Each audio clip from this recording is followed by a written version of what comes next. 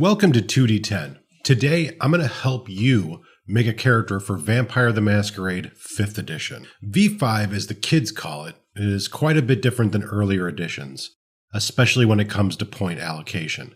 So today, I'm going to pretend you've never played any edition of the game and just take you step by step through the process. You'll still need a book, so make sure you have one handy. Okay. Let's assume before we get started with your character creation process that you've gone over the first portion of the book and you have an idea of the clan you want to play, the concept of what the World of Darkness is, and the Society of Kindred in the World of Darkness. If you have not, there are tons of resources to talk about them, which will appear on the screen or will be linked in the description below, as well as the Vampire the Masquerade core book. So let's take a look at the character sheet I have here. This is one created by White Wolf / Modifius, which is where I downloaded it at the release of V5, but there are tons of different builds out there to choose from. Mr. Gaughan's character sheets is a great resource for all your World of Darkness games, so please go there, download sheets.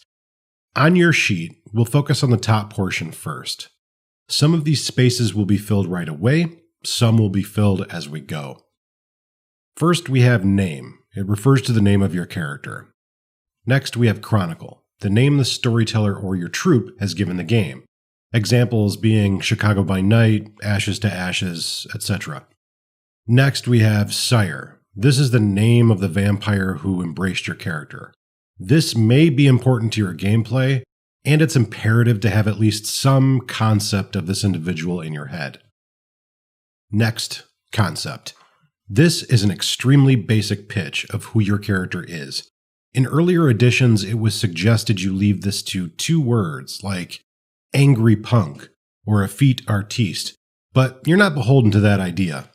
An example they give in the V5 book is Jessica Jones, except she drinks blood instead of whiskey. We'll talk more about concept in a moment. Next, we have ambition and desire. These are 2 cousins to your concept. Ambition refers to your character's long-term goals, and desire is more of a short-term drive. Predator.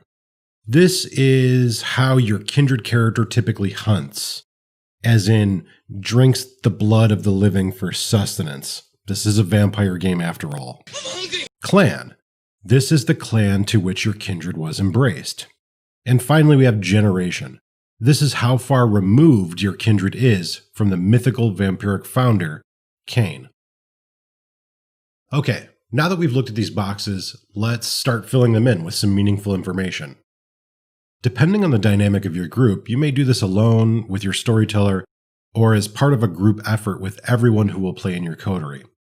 Since I have no way of knowing your situation, and I'm alone, I'll walk you through the creation of my own character as an example. So, let's get started making a character step by step and turn this paper into something more three-dimensional. Jumping to page 136 in your V5 core book will be a big help. In many tabletop role-playing games, you build your character to fit a certain role in your group. Be it a fighter, barbarian, wizard, or the like, you build the stats first and characterization second. Vampire the Masquerade, like other games in the World of Darkness, is a storytelling game, meaning that the math and stats of your character are less important than the story you'll tell with it. If you've read the first portion of the book already, you're familiar with this concept.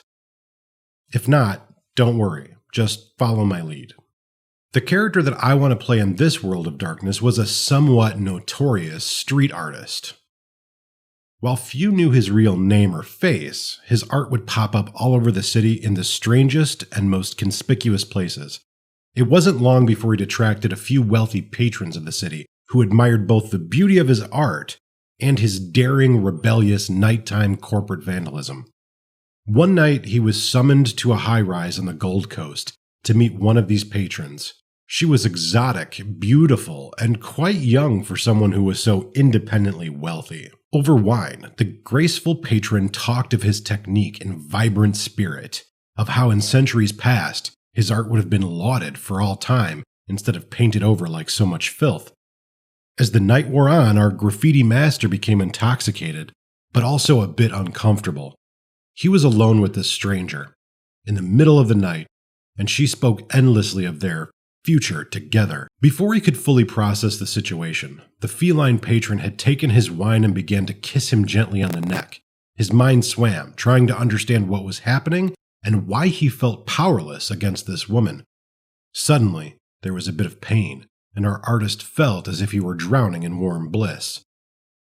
When he awoke the next night, racked with hunger that was insatiable, his patron, his sire, was there to reveal the nightmare of eternity. So first, let's give our vampire a name, shall we? Since nobody really knew of his exploits in life, besides perhaps his closest, most trusted friends and a few rich admirers, it's unlikely he'd have an urge to change it after his embrace. I'm going to name my character Miles. Since he grew up in a healthy household, his parents supported him and his artistic endeavors. His father was a music teacher and his mother a freelance artist. He was named after a famous jazz musician. If you have a relationship map for your group, which you should, write your character's name on it now.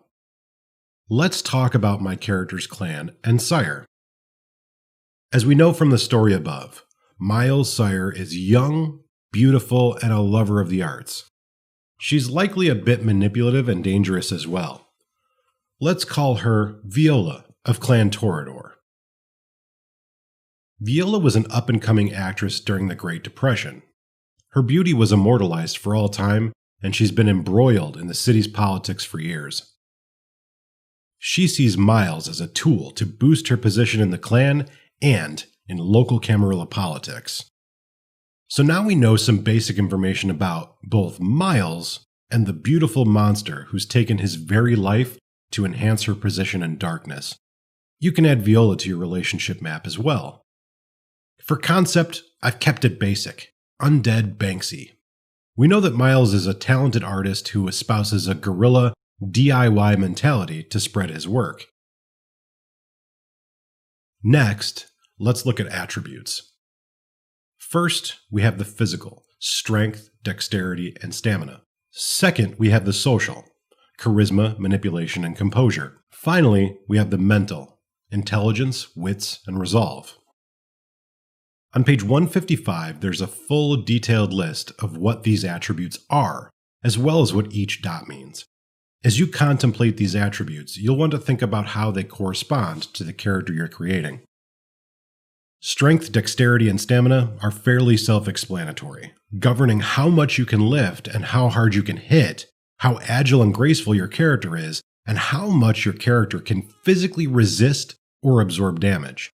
Social attributes determine your character's ability to interact with others, charm, inspire, and motivate. Charisma is a measure of your natural charm and sex appeal. Not necessarily beauty, though, so be aware. Manipulation is the ability to, manipulate, lie, and twist others to your character's point of view, and composure is your character's ability to keep calm under pressure. Mental attributes represent your character's capacity for learning, intuition, and focus. Intelligence is just that. Intelligence, your character's ability to reason and apply logic, are defined here. Wits relate to how quickly your character can respond to information. Responding to the barbed comments of a rival or reacting to their incoming punch are both the province of wits. Resolve represents your character's focus and determination. It is the mental fortitude and concentration piece of the character. Cool. So now we have all that under control. We have a general understanding of how these different attributes relate to your character.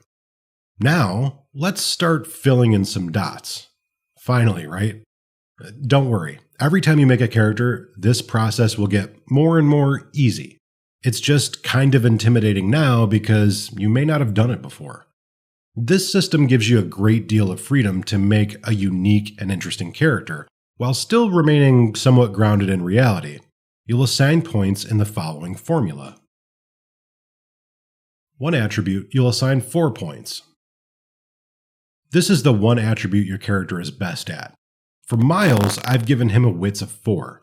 You were never caught on the back foot and always come up with a smart riposte. For Miles to stalk the night, placing his art unseen and escaping without notice, he has had to rely on his wits more than anything. 3 attributes you'll assign at 3 points. These are attributes your character is above average at. Miles has a dexterity of 3. He's got to be agile to get in and out of forbidden places. A composure of 3. Many of the best spots for graffiti are under constant scrutiny, and Miles can't break under pressure. And a resolve of 3. When Miles has an opening, he can't let anything distract him. 4 attributes will be assigned with 2 dots. This represents the things about you that are average. Miles has both a strength and stamina of 2.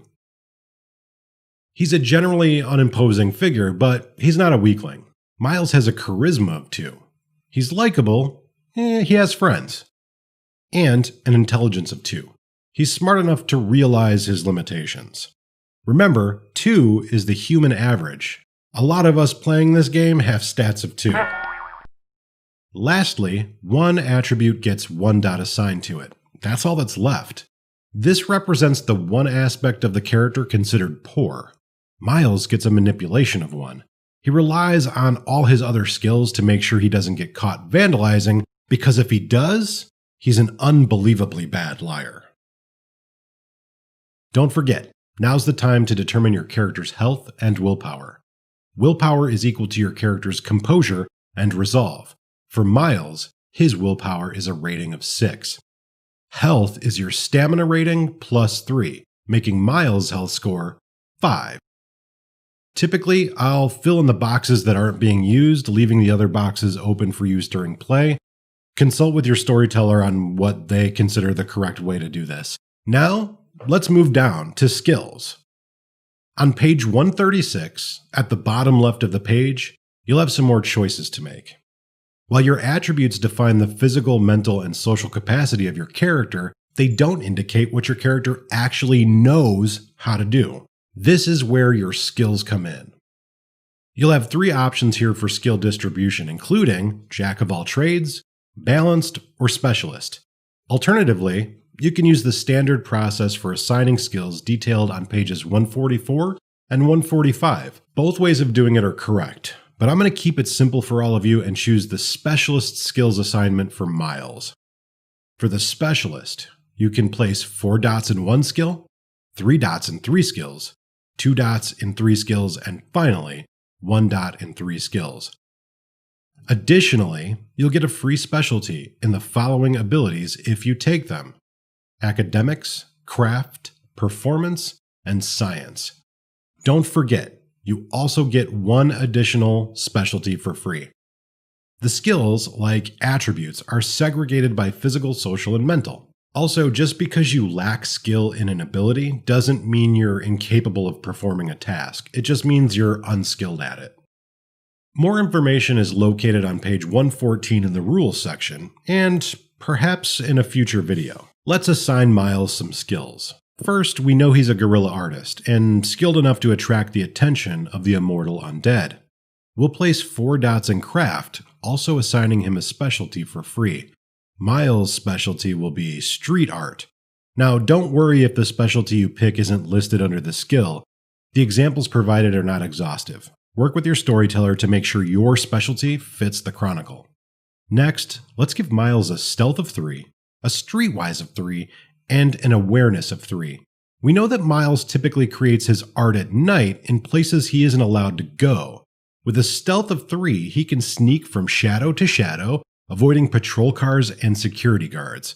With a streetwise of 3, he knows what neighborhoods to avoid, what gangs control what territory, and even knows where to get illicit goods if the need arose. With an awareness of 3, Miles can sense when it's a good time to bomb and when it's a good time to get out of a potentially bad situation. Now, I assign 2 dots to athletics, academics, and technology. Miles wasn't much of a fighter when he was alive, but he frequently had to climb up towers, run from cops, or hang from an overpass. His embrace hasn't changed that. Miles lived a privileged middle-class life in the city. He did well in school and was accepted to a 4-year art college, graduating with a degree. Because of this, and because it comes free, Miles will have a specialty in art design. Miles was embraced 18 years ago when he was 23. Because of the time when he was embraced, technology was just a part of everyday life. He's used computers and mobile devices since he was a kid and has some degree of skill with them. Finally, let's put 1 dot in Brawl, Larceny, and Insight to round out Miles' skill set. Just because Miles isn't much of a fighter doesn't mean he hasn't had to throw a punch or two when he's tagged the wrong wall. Is he Gold Gloves material? No. But he does know how to make a fist or throw a punch without breaking his hand. While he's never had to do it to survive, Miles certainly knows how to break into a place or shoplift paint in a pinch, denoting 1 dot in Larceny. Miles' Insight has helped him discern when it was necessary to throw that punch or safe to snag that can of paint. Finally, let's give Miles his free specialty, applying it to Stealth. His specialty will be Urban for obvious reasons. Next, let's give our vampire some powers. Disciplines can be found starting on page 243 and are available based on your character's clan, the exception of this being Caitiff, the clanless.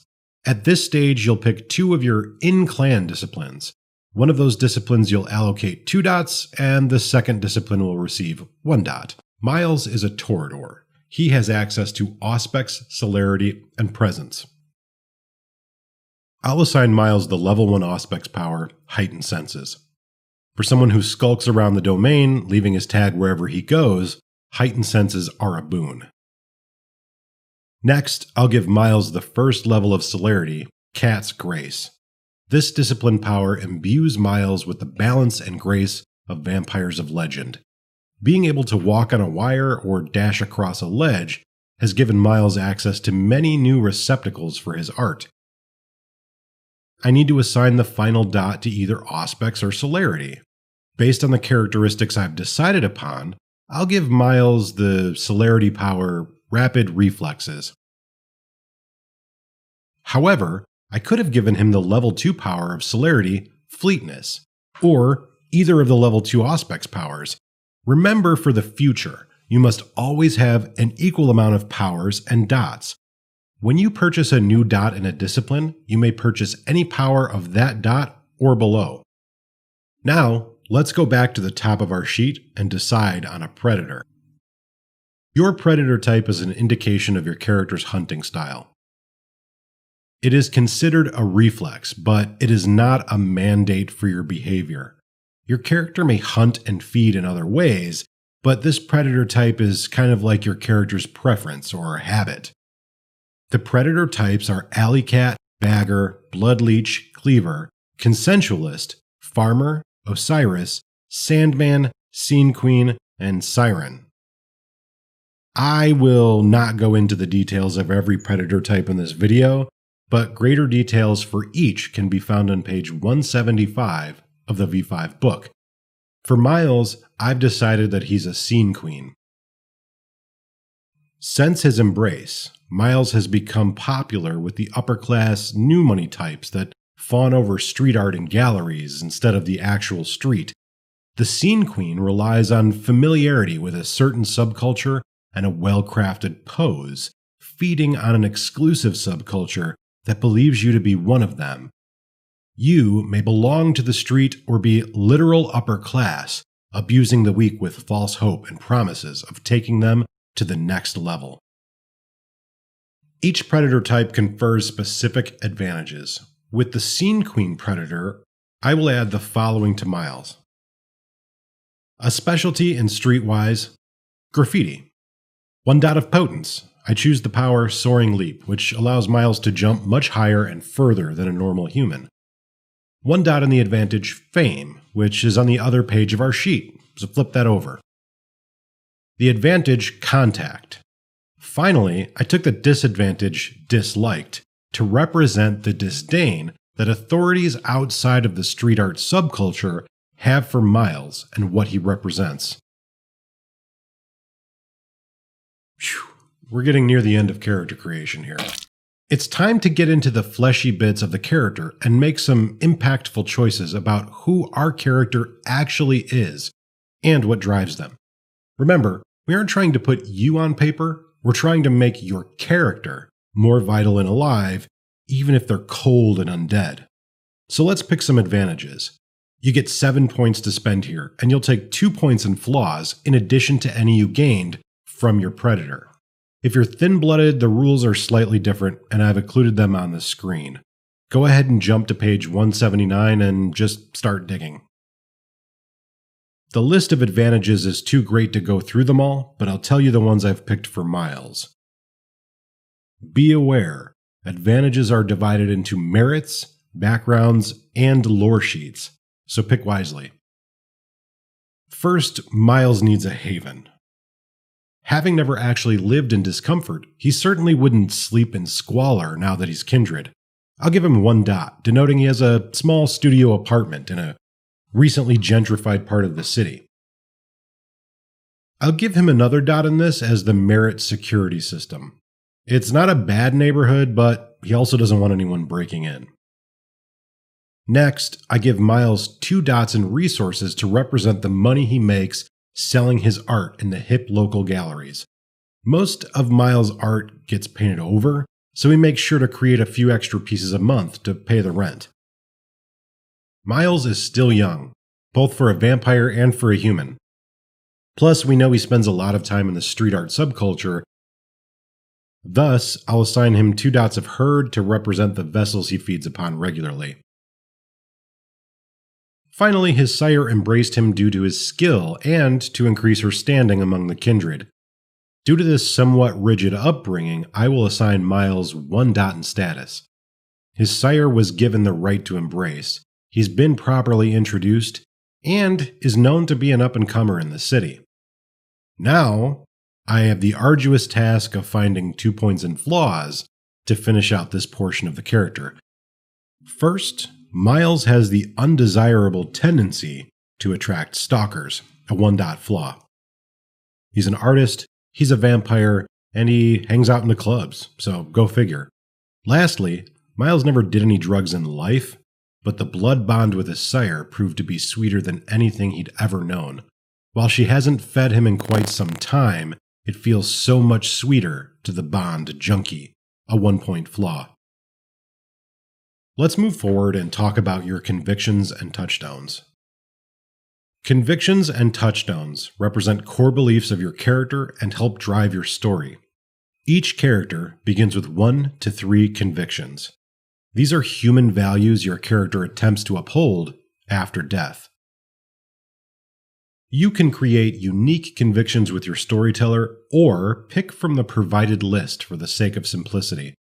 Remember, when you sit down to play, your group will agree on chronicle tenets. Be mindful that your character's convictions fit within these. Touchstones represent the human embodiment of your convictions. For every conviction you pick, you must have a human touchstone to represent that connection. For this tutorial, I'll be leaving Miles' touchstones and convictions blank, along with the chronicle tenets. More on touchstones and convictions can be found on page 172. At this point, set your humanity to 7, unless your character is a fledgling, and then it's 8. Rules for humanity are on page 236. At this point, you, your storyteller, and the other players should decide on the nature of your coterie. For this video, I will assume my potential coterie are neonates, all embraced between 1940 and a decade ago. As discussed above, Miles was embraced in the 21st century. However, his sire was embraced during the Great Depression, making her a young ancilla. Therefore, I'll make Miles 12th generation, giving him a blood potency of 1. Check page 216 for more info on blood potency. Let's fill the boxes out below. Blood surge, add 1 die. Mend amount, +1 superficial. Power bonus, none. Rouse reroll, level 1. Feeding penalty, no effect. Bane severity, 1. What all this stuff means will require a video of a different topic, so let's just wait until our session 0 to go more into those rules. I will now also have 15 experience points to spend on Miles to express the time he has spent among the undead. A list of trait costs is on page 137. Lastly, let's talk about ambition and desire. Ambition and desire are intrinsically entwined with your character concept. They aren't statistical qualities that are reflected in dots. They're more like compelling factors for your character's progression. Your motivation should be theoretically achievable, even if it is unlikely at best. Some examples given in the book are, my ambition is to liberate Chicago from the Camarilla, or my ambition is to achieve Humanity 10. Thus, something like, I want world peace, doesn't work in this situation. It's just too vague. Your character's desire is something much more malleable and can change each session. However, it doesn't have to. Another key factor for desire is that you should always involve someone on your relationship chart. For instance, I want to own a famous piece of art. Would not count. I want to possess my sire Viola's greatest artwork. Would. As above, I'll leave these spaces blank because my chronicle tenets and relationship chart should be a factor in how I proceed with these traits. Don't forget to fill out the rest of the fun stuff on the back of your sheet. Miles' clanbane is the Toreador obsession. He was embraced in 2002 at 23. His date of birth was 1979, and he's actually 41 years old. He looks like an average young club kid, and he's got dyed blue hair and ear gauges. Alright, we're basically done. I hope this video has been a help to you. Feel free to use any of the information you saw in this video to help inspire you to make a new character, or hey, just use this one. I'm totally fine with that. Please like, subscribe, leave a comment, ring a bell, do the YouTube shuffle. That way I can make more of these videos and people will see them. Let me know in the comments below which game or edition you'd like me to make a character creation walkthrough for. Thanks a lot for watching. Now go roll 2d10. Bye. Sweet and sour chicken!